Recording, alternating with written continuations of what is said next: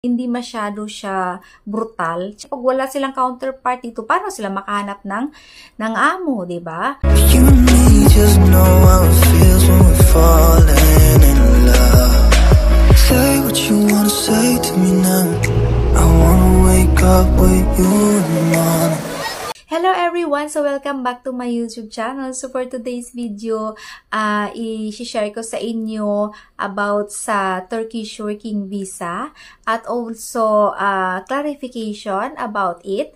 At sana maklaruhan na kayo sa pagkuha at sa pagtatanong sa akin about sa working visa. But before we start, please don't forget to click the like, subscribe, and turn on the notification bell so that you will be updated in my next video. Malay nyo, ang susunod kong video ay para sa inyo. So dahil guys, nag-upload ako ng Turkish visa, sponsor, tourist, and family unification visa. So marami na rin nagtatanong sa akin about sa working visa papunta dito sa Turkey. So ito guys, klaruhin ko lang bago ako mag-start ng ating discussion, char. Bali, hindi ako nagtatrabaho sa agency. Wala po akong experience sa pag-work sa pagtrabaho sa agency. Ang aking mga sinishare sa inyo guys, and especially about this working visa, ay experience ng aking mga kakilala dito sa Turkey. About sa working visa at about sa direct hired na working visa. So, ito guys ay only an experience ng aking mga kaibigan. So, this is not masabi natin na 100% na applicable sa inyo. So, but this only I can give you an idea or a clue what to do at kung ano-ano pa. So I hope na maka-help ito sa inyo kasi ang dami nyo nagtatanong sa akin. So guys, about sa first thing pala guys, about sa requirements ng pag-apply ng Turkish working visa. Kung mag-apply kayo guys ng working visa papunta dito sa Turkey, so you should have your agency. Kasi yung agency ninyo, sila ang magpo-provide ng mga pangangailangan ninyo, list of requirements, steps, what to do, at saka kung anong gagawin ninyo, ano ba tawag dito, at mga i-comply ninyo na mga requirements at mga other stuff like medical, PIDOS, mga CV ninyo. So, sa agency na guys, ang list of requirements. Kasi hindi ko po, hindi ko po trabaho magbigay ng list of requirements sa inyo guys. Kasi nga hindi po ako nagtatrabaho sa agency na nagha-hire ng mga working people. So, wala po akong rights. Kumbaga, of course, I have an idea, but I don't have rights. Kumbaga, hindi ko sila tatanggalan ng trabaho. Kasi, trabaho nila yan, guys, na magbigay ng full list of requirements. What do you need to do kung mag-a-apply kayo ng working visa? Sila po ang tatanungin ninyo. So, sa lahat ng mag-a-apply guys ng Turkish working visa, please find a trusted agency para na makapag-apply kayo doon. So, but it takes, kung wala pa kayong amo guys, so of course it takes like 2 months, 3 months, maybe some other I heard, it takes 6 months bago sila nakahanap ng amo dito sa Turkey. Kasi gustong-gusto talaga nila dito sa Turkey pumunta. So, dahil sa kagustuhan nila na sa Turkey sila pumunta, naghintay talaga sila ng napakahabang month para lang na magkaroon sila ng amo. So, ayan guys. So, kung hindi ka na makapaghintay, syempre, kailangan mo rin ng pera, kailangan mo rin magkaroon ng income. So, after 1 month or 2 months na wala ka pang amo dito sa Turkey, maghanap ka na lang ng ibang country. Mag-plan B ka na lang muna. Like, for example, plan B, magpunta ka ng Taiwan. Hindi ko talaga suggest guys na pumunta kayo ng Arab country kasi alam nyo naman yung mga balita sa atin, 'di ba? So, hindi ko talaga suggest. So, try nyo guys mga, kasi less yung trouble sa ibang bansa. Like for example, Taiwan, Singapore, Hong Kong, hindi masyado siya brutal. Char. Hindi masyado brutal yung kalokohan doon. Kaya, so medyo parang okay lang. At saka dito sa Turkey, guys, maganda magtrabaho dito kasi yung mga amo hindi ganyan sa Arabic country. Although Muslim country din ang mga tao dito, pero hindi ganyan sa Arabic country. So, at saka mahirap din kasi dito, guys. Isipin nyo guys mahirap din dito ang magsalita ng English. So, kung ito talagang gusto niyo pumunta dito, mag-learn na kayo ng basic Turkish para na makapag-communicate kayo kahit papano sa mga amo ninyo. Although yung mga amo guys, may mga amo na hindi rin naman marunong yung English nila, bato-bato lang din. So, mag-adjust na lang kayo. Ayan guys, so about guys sa about na dito guys sa working visa, agency to agency. So, yung dapat yung agency na apply ninyo, may counterpart din sila dito sa sa Turkey para na mabilis ang pag-process ng papers ninyo. For example, kasi pag may agency sila dito, yung agency na to, pinupuntahan ng mga amo para na maghanap ng employee, maghanap sila ng magtatrabaho sa kanila. So, para hindi ka na maghintay ng masyadong matagal. Kasi pag wala silang counterpart dito, paano sila makahanap ng amo, 'di ba? So, at saka sa mga, about pala guys sa sahod, I heard na sa mga nakausap ko, ang pinaka-lowest na sahod dito is 800 USD. So, depende yan sa amo mo, okay? At saka sa kontrata na pinirmahan ninyo.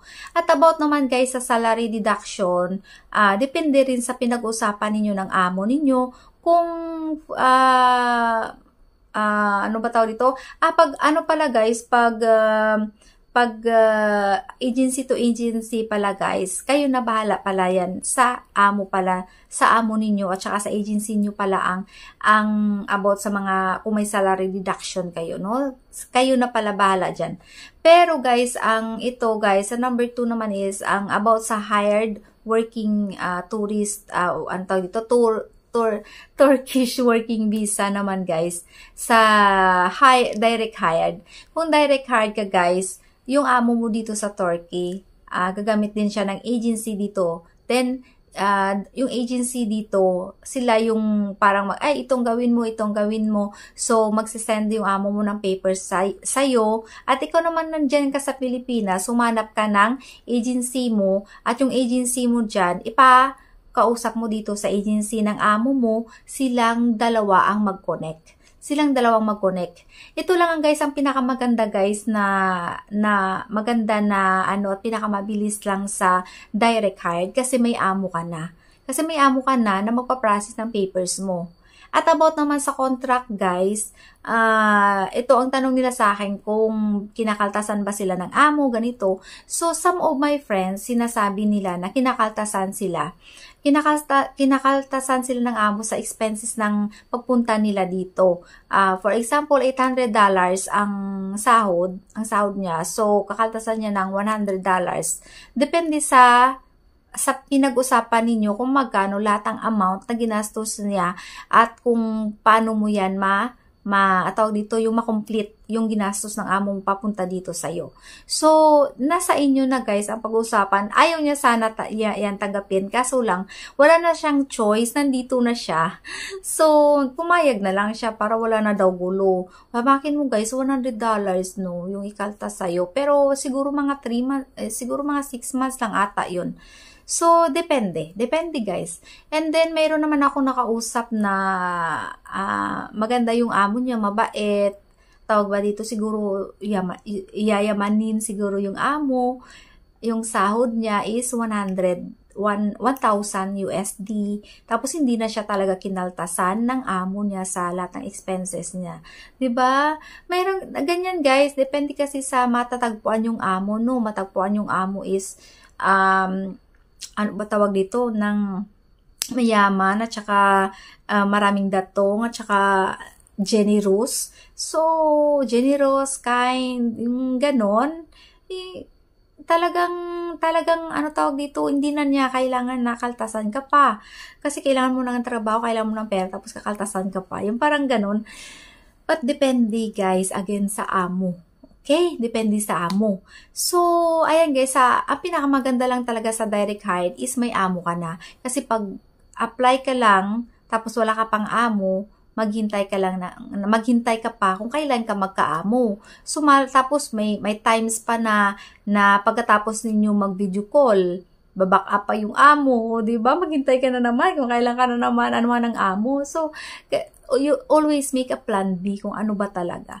Ayan, so, sa direct hire naman guys, ang sabi ko, maghanap ka ng agency dito, tapos yung amo mo may agency din dito sa Turkey, para sila ang dalawang mag-contact. Kasi alam nyo guys, in times of emergency, yung agency na to, sila ang magko-connect. So, sila ang mag-ano ng mga insurance bill ninyo, mga che ninyo, mga working visa, insurance, mga whatever, sila niyan ang mag-connect.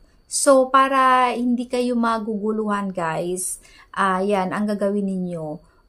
Pag may agency, yung amo mo dito, kukuha ka rin ng agency sa Pilipinas, tapos i-forward mo yung agency mo, i-connect mo sa agency ng amo mo, para silang dalawa ang mag-usap na ganito ang gawin, ganyan ang gawin. So, para hindi of course guys, ang tinatanong din nila sa akin kung how much ba lahat ang ma-spend papunta dito as a working visa. Well guys, ang idea na to ay tinanong ko rin to sa isa kong pang friend. Ang sabi niya is $5,000. $5,000 ba yun o $500? Parang ganun guys, 5,000 yata, 5,000 to $6,000. Ang laki. Ang laki guys, ayun ako. Baka yun nakabala mag-convert yun sa sa peso, no? Kasi sumasakit ang ulo ko basta pera pinag-usapan. Ayan guys, so time check 3 AM guys ha. Nag-vlog ako ngayon para sa inyo, no? Kasi ang dami-dami nyo nagtatanong sa akin. So, ayan ang gagawin niyo guys. That's the steps na dapat yung gawin ha. Agency to agency pa. And then look for the trusted agency. So, ang nagtanong pala at ito pang tanong sa akin guys, kung mayroon ba akong alam na agency na pwedeng ninyong applyan dyan sa Pilipinas. Guys, I never been in the agency for working. So, wala akong may